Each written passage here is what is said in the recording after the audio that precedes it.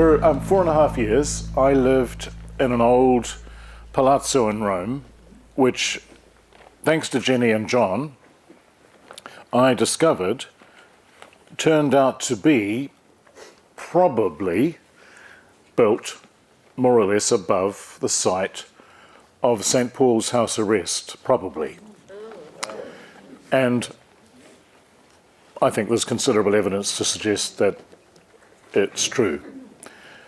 It's based on the archaeological evidence underneath where I was living of St. Luke renting an apartment in Rome, which was later where Paul was kept before he was taken to the prison and then, we think, executed by being beheaded.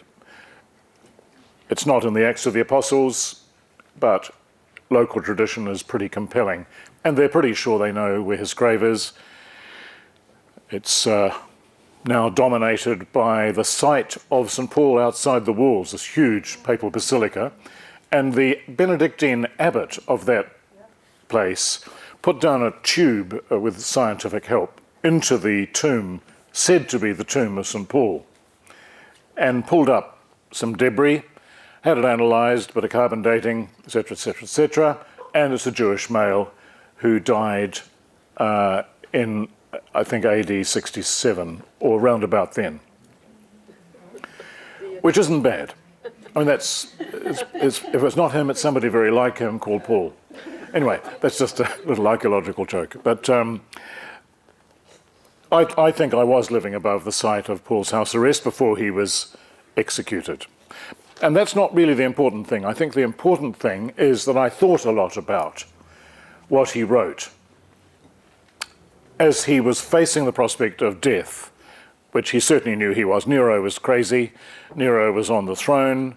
Christians were being killed. And he knew he was up for it. And 1 and 2 Timothy are written from house arrest in Rome, and they're clearly epistles of St. Paul, knowing he's probably going to die.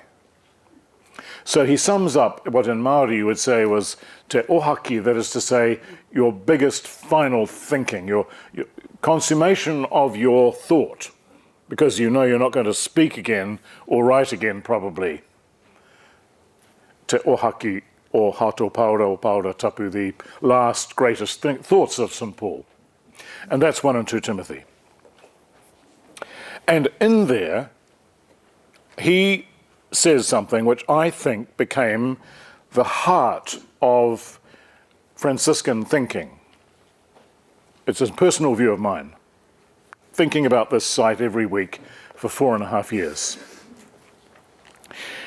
In 2 Timothy, Paul says, God has not given us a spirit of fear, but of love and of power, meaning grace, and of a sound mind, sometimes translated as self-control.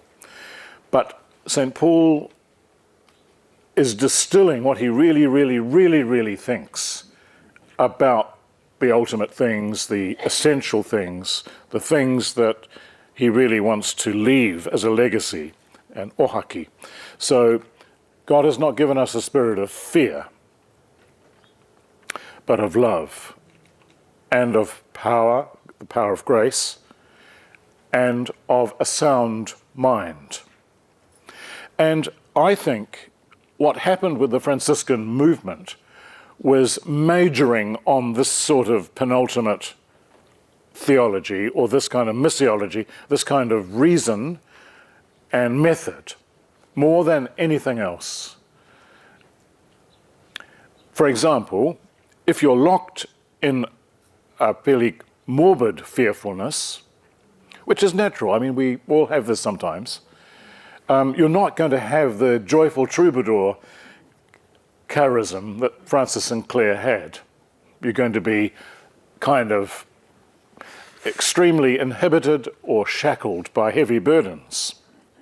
We all do, but you're going to be bound by them perpetually if you have a spirit of fear all the time, even though fear is natural at times. And secondly, a spirit of love, of aroha, God is love. It's the only definition of God in the Bible. It's the shortest word in the Bible after Jesus wept. God is love. God has not given us a spirit of fear, that inhibition, that diminution, that oppression, that limitation, but a spirit of love. And that's, again, not Walt Disney, it's not sentiment, it's tough love, it's brave love, it's creative love, it's transformative loving that does not depend on gooey feelings particularly, but on agape, on a divine love, which is universal, perpetual, like a blazing fire.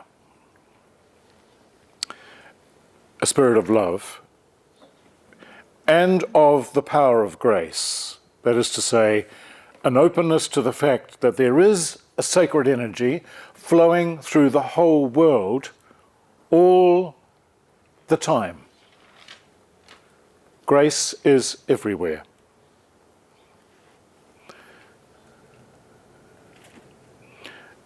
And that's of enormous significance because Paul, shut in this house arrest with a guard, knowing Nero's going to have him executed, and he probably died in the same week as St. Peter, to decapitate literally the Christian mission before it could get stronger.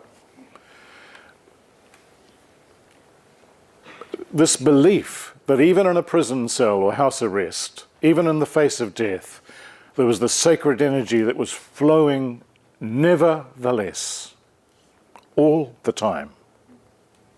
And you can't switch it off. You can block its capacity towards you, of course, but you're not going to switch it off. Pride will block it sometimes.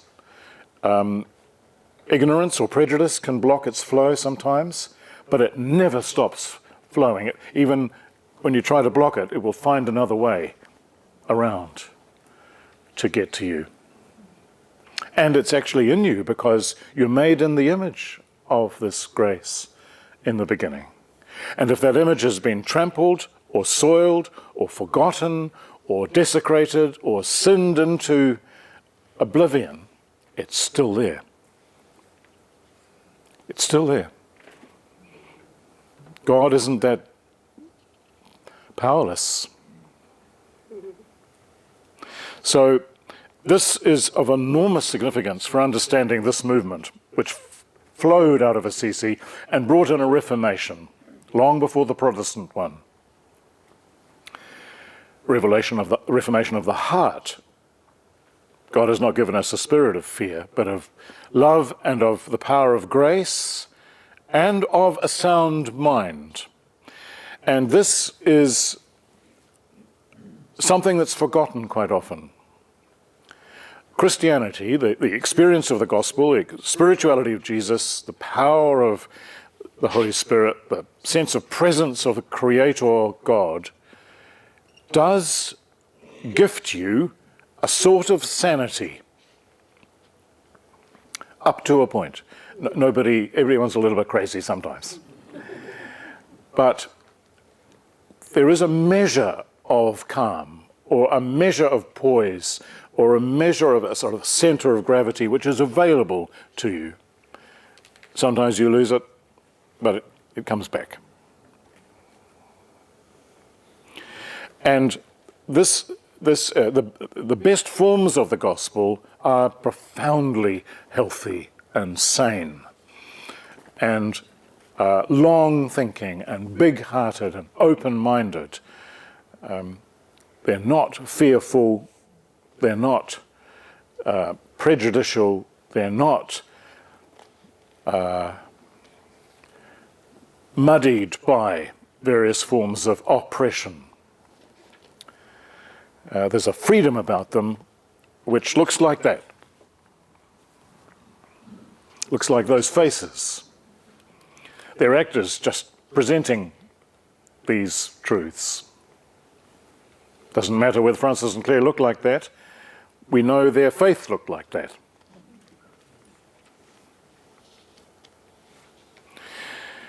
So I think when you think about that and contemporary clinical psychology, go back to my friend Gwendolyn Smith again.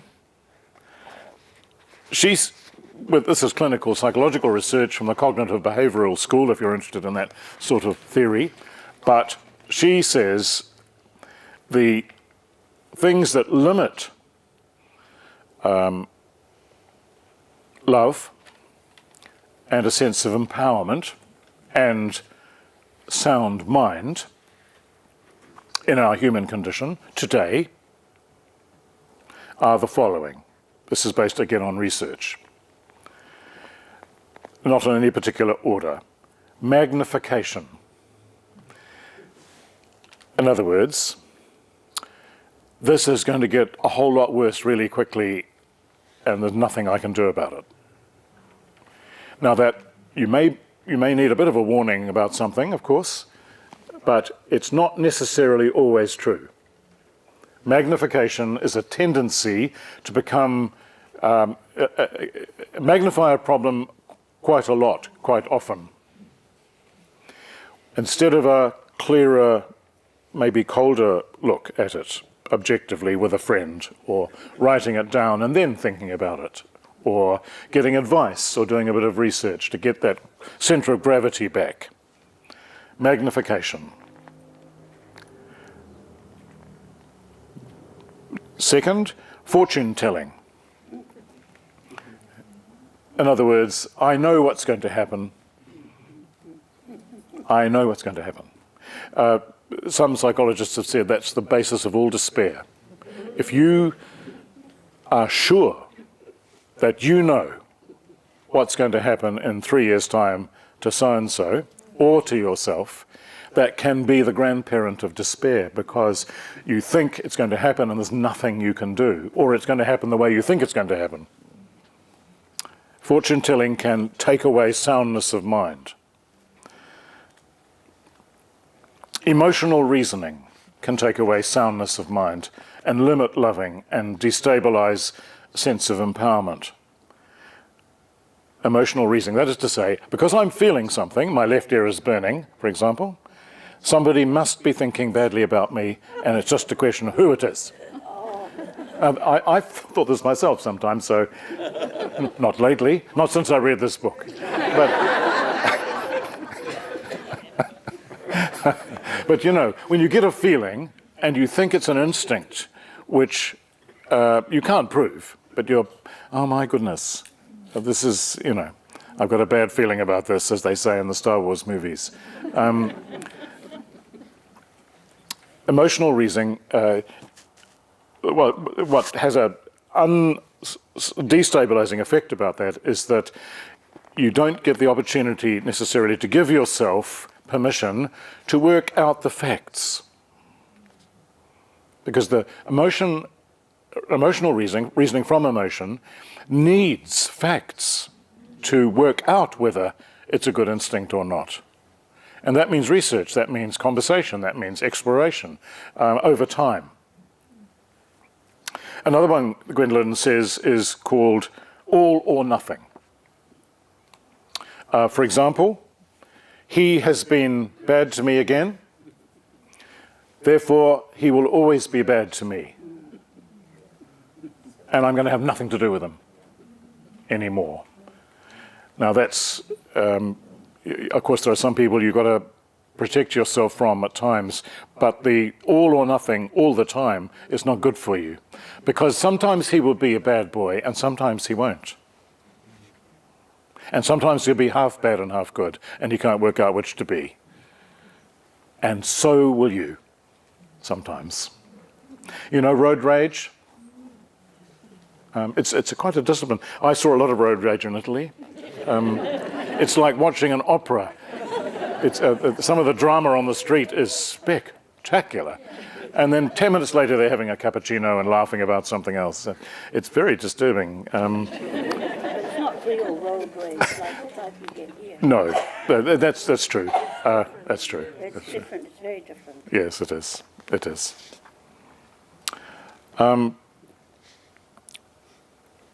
Besetting yourself with too many shoulds. It's called a hardening of the arteries.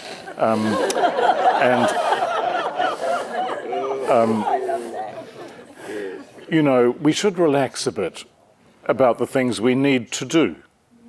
Because you can do what is reasonably achievable, but you won't get through it all. And also, if you're driven all the time by shoulds, you might miss what is actually going on inside you at the moment instead of what you think you should be doing. Now, there's a lovely sign somewhere in this country, and I can't remember where it is. It's probably found in a number of countries. Perhaps someone could tell me here.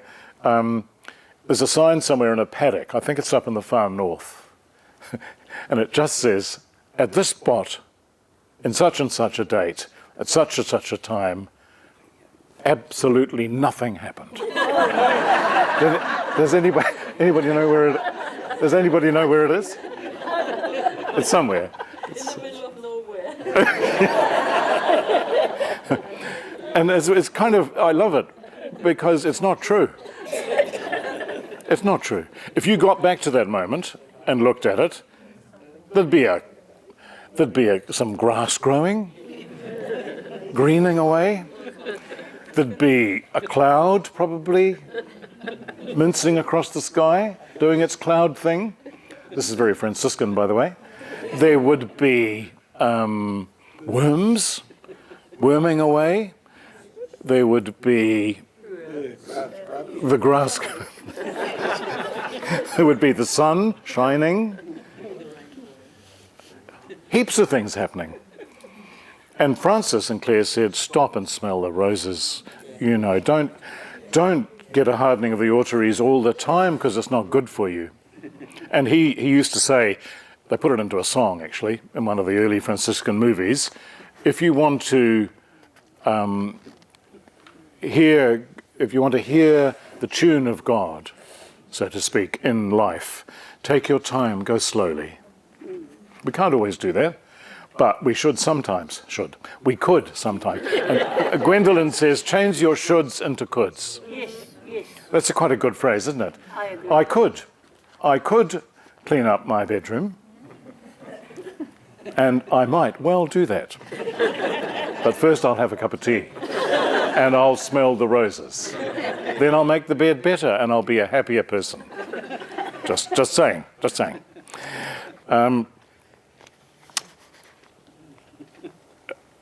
Another one that she feels destabilizes soundness of mind, limits loving, and a sense of personal empowerment is mind reading. I heard a Franciscan friar once say, you sometimes find yourself, I know what they're thinking, particularly about me. A great friend said to me the other day, what other people think of you is none of your business. Very cool, isn't it? What other people think of you is none of your business, most of the time. And if you think you can mind read, one of the Franciscan friars said to me, you might think, what Jimmy is thinking about, you know what he's thinking? But you don't. He doesn't know what he's thinking about half the time. And they've done some research on what people are really thinking about most of the time, and most of the time it's not about you, it's about them most of the time. If you think someone's really ho-ha with you, and they might be, but they're not doing it all the time. May vary a bit, but mind reading is not good for you. And the freedoms, if you like, the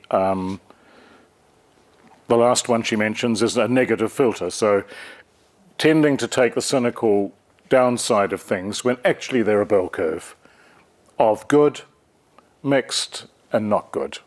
But a negative filter thinks it's all not good. And the tendency to be cynical or to be to avoid disappointment or to think you're being shrewd or super careful is not good for you all the time, because it's some things are good, some things are half good, some things are not good. And God is in the facts. God is not in the way you are thinking or feeling. God is in the facts. And that's a great Franciscan thing. I was reminded in a conversation just over a cup of tea that the three dimensions of Franciscan spirituality, the divine communality of all humankind, the way of Christ, and the flowing of the Holy Spirit, is not enough, actually, because if you look at the epistle to the Ephesians, Colossians, and Hebrews, the presence and span and presence of God is utterly cosmic. The heavens, plural. And it's wrong to say the divine communality of all humankind is not enough, because what Francis and Claire were on about, and which the Hebrews, Colossians, and Ephesians are on about, is the divine communality of the entire universes that there are. The stars, brother, sun, sister, moon, not just brother John, sister Jenny. It's actually the moon and the stars and the cosmos, who are a theatre for divine creativity and the flowing of divine energy. So that's the sort of clue to where we're going with this. This is lovely. This is lovely. I have my most profound prayer experience in Assisi praying this prayer. It's written on the communion rail at the foot of the San Damiano crucifix in Santa Chiara in Assisi.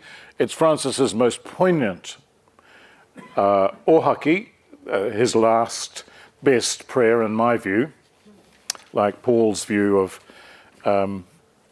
love, power of grace, and a sound mind. This is what it sounded like in Francis's own prayer, the prayer that he pivoted his life on.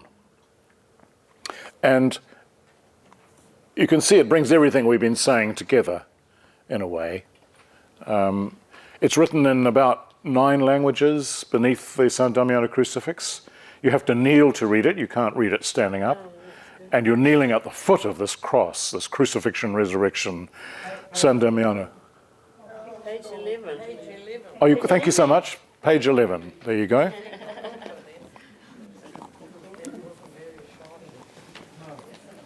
Page 11. If you can't read it on the screen, but let's look at it closely. Most high, all glorious God. Now that's cosmic. That's Hebrews, Colossians, and Ephesians. That's the heavens as well as the earth. Most high, meaning high and lifted up and cosmic. The most high, above all things, and through all things, and in all things. It's of enormous significance. Same with Jesus' prayer. Our Father in heaven, heaven in Hebrew means with God, and God is everywhere. God is in the everywhere, including the other planets, and including the limitless constellations, including the star fields. So, most high, all glorious God. Glory, the Shekinah, the light, the power, the grace that flows from this eternal center all the time, always pouring out. Glorious, the perpetual flow of glory like light that cannot stop but shining all the time. Shekinah, Hebrew, glorious, or the presence of God.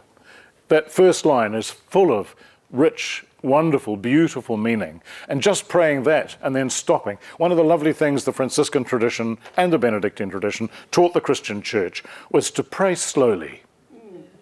That's why I went for the whole hymn this morning, by the way.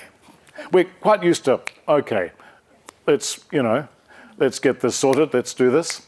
Let's have a couple of quick prayers and instant karakia.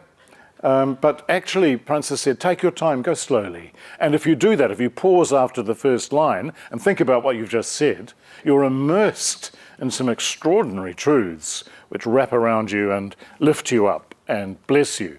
So the Franciscan use of Psalms, for instance, which is Benedictine as well, after each verse paused for 4 seconds. It's a tradition of the monasteries and the friaries. You say one line of the one verse of the psalm, and then stop.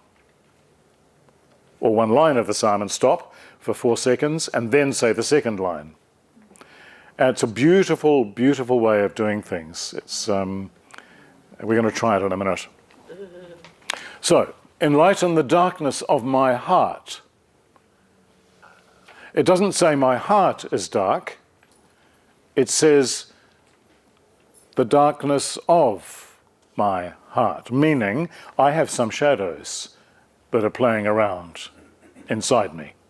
Who doesn't? My heart is good. My heart is beating. My heart is a gift. But the play of shadows can affect the beat of my heart, that is to say, my way of operating in the world, my loving. And what I want is light in there. Now, if this room was totally dark and I walked in with this, everyone in this room would see it. There'd be no part of this room, if it was totally dark, you wouldn't see this if you could see. You would see it. In other words, its illumination goes everywhere. You can put your hand up and stop seeing it, but it hasn't gone away. So, enlighten the darkness of my heart means, as soon as you begin a prayer, as soon as you think about the light, as soon as you think about daybreak, you think about the light of the world in John's Gospel, something's happening, which is illuminating in some way or another. And then you pause and think about that for a moment. And then, following that, you've talked at the scope, universality of God, the glory of God, the light of God. The light comes from the Shekinah, from the glory, enlighten the shadows. It cannot help but spread through my heart. It's warming me, it's enlightening me. When I read the Word of God, when I say a prayer, I'm being enlightened.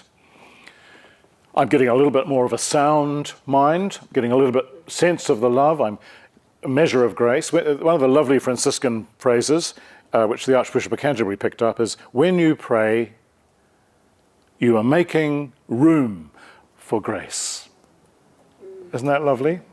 You're making room. The grace is always flowing, but you are giving it a little bit of a home inside you. When you pray, you're making room for grace. You might not feel it, but something is happening. Something. So, give me a right faith, certain hope, and perfect charity. In other words, faith, faith in the Bible, the original word, comes down to trust. It doesn't mean I've got to believe 20 impossible things before breakfast. It means I put my life in this way. I trust this pathway because Christ made this pathway for me. I can walk with God because Christ walked this pathway through death, through the cross for me. I can trust this way of being in the world, the right pathway, if you like, and not 3 different creeds. Creeds are helpful scaffolding. They can be useful. They're not the building. The building is a way of walking and thinking in the world, which is the way of Jesus. Certain hope. Hope is the basis of all Christian faith.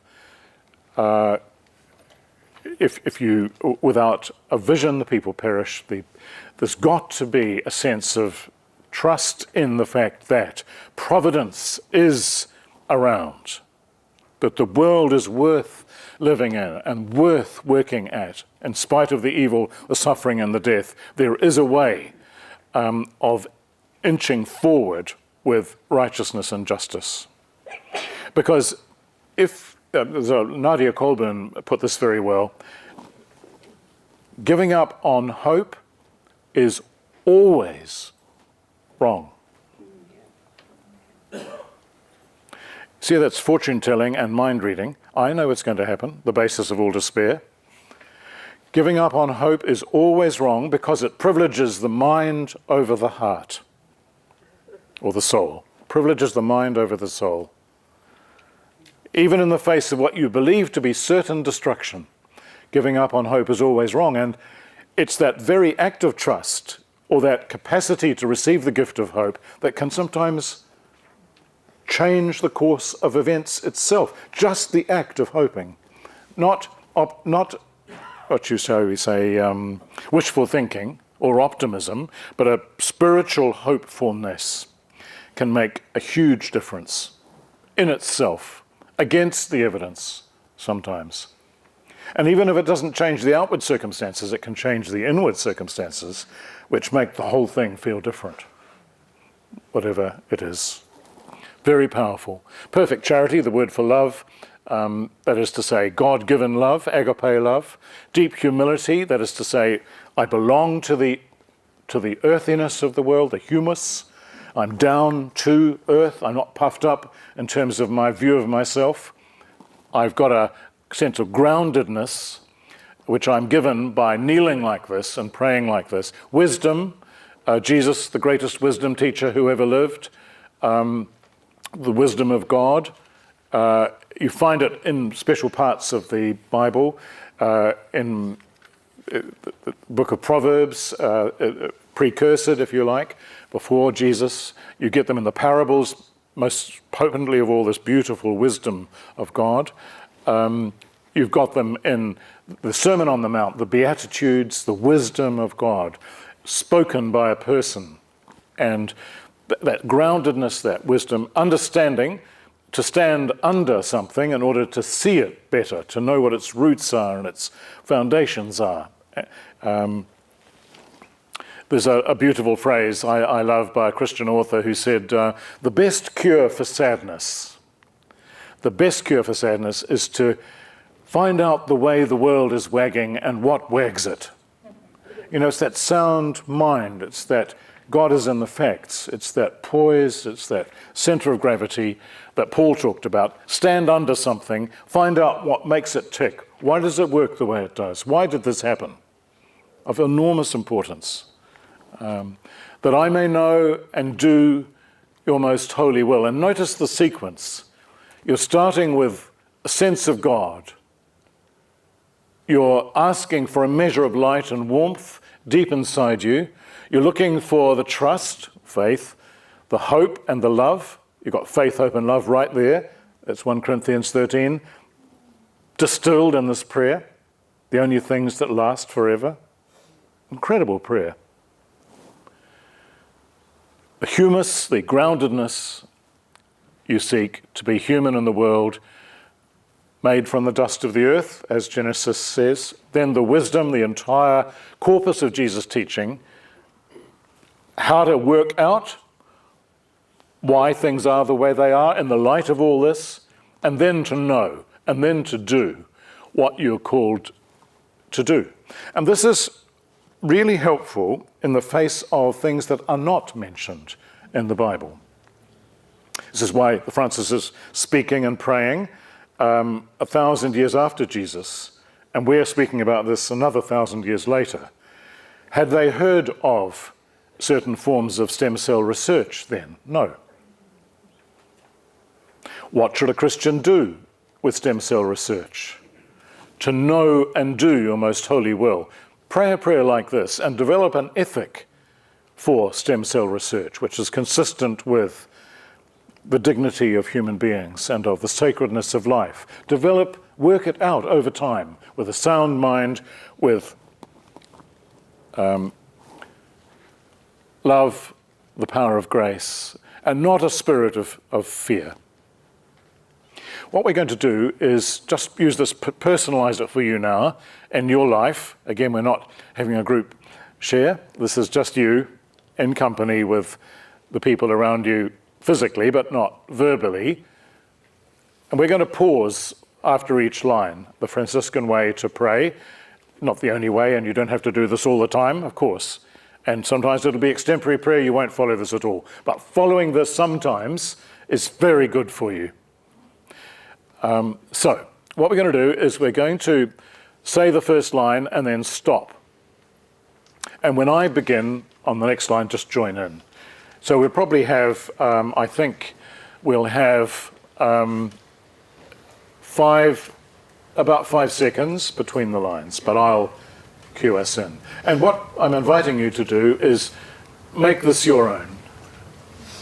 And as you do that, you are walking with Jesus, with the theology of St. Paul, and with the way of St. Francis.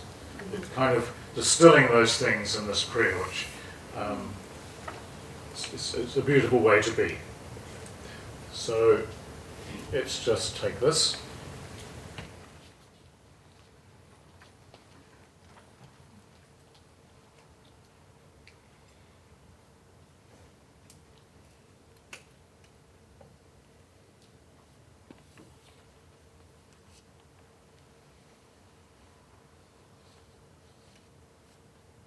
Together, Most High, all-glorious God,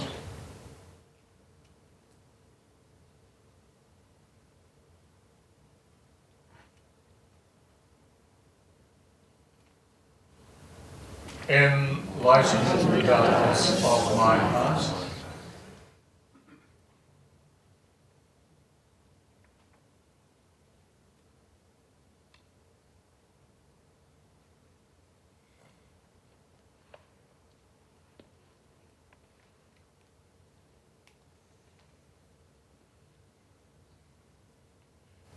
give me a right faith, certain hope, and perfect charity.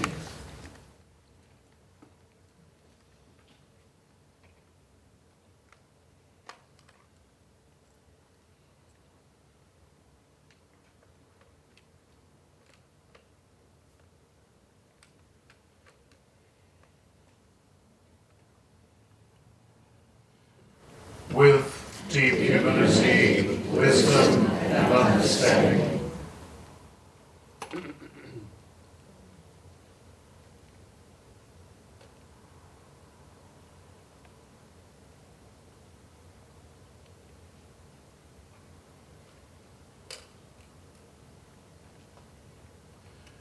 That I may know and do your most holy will.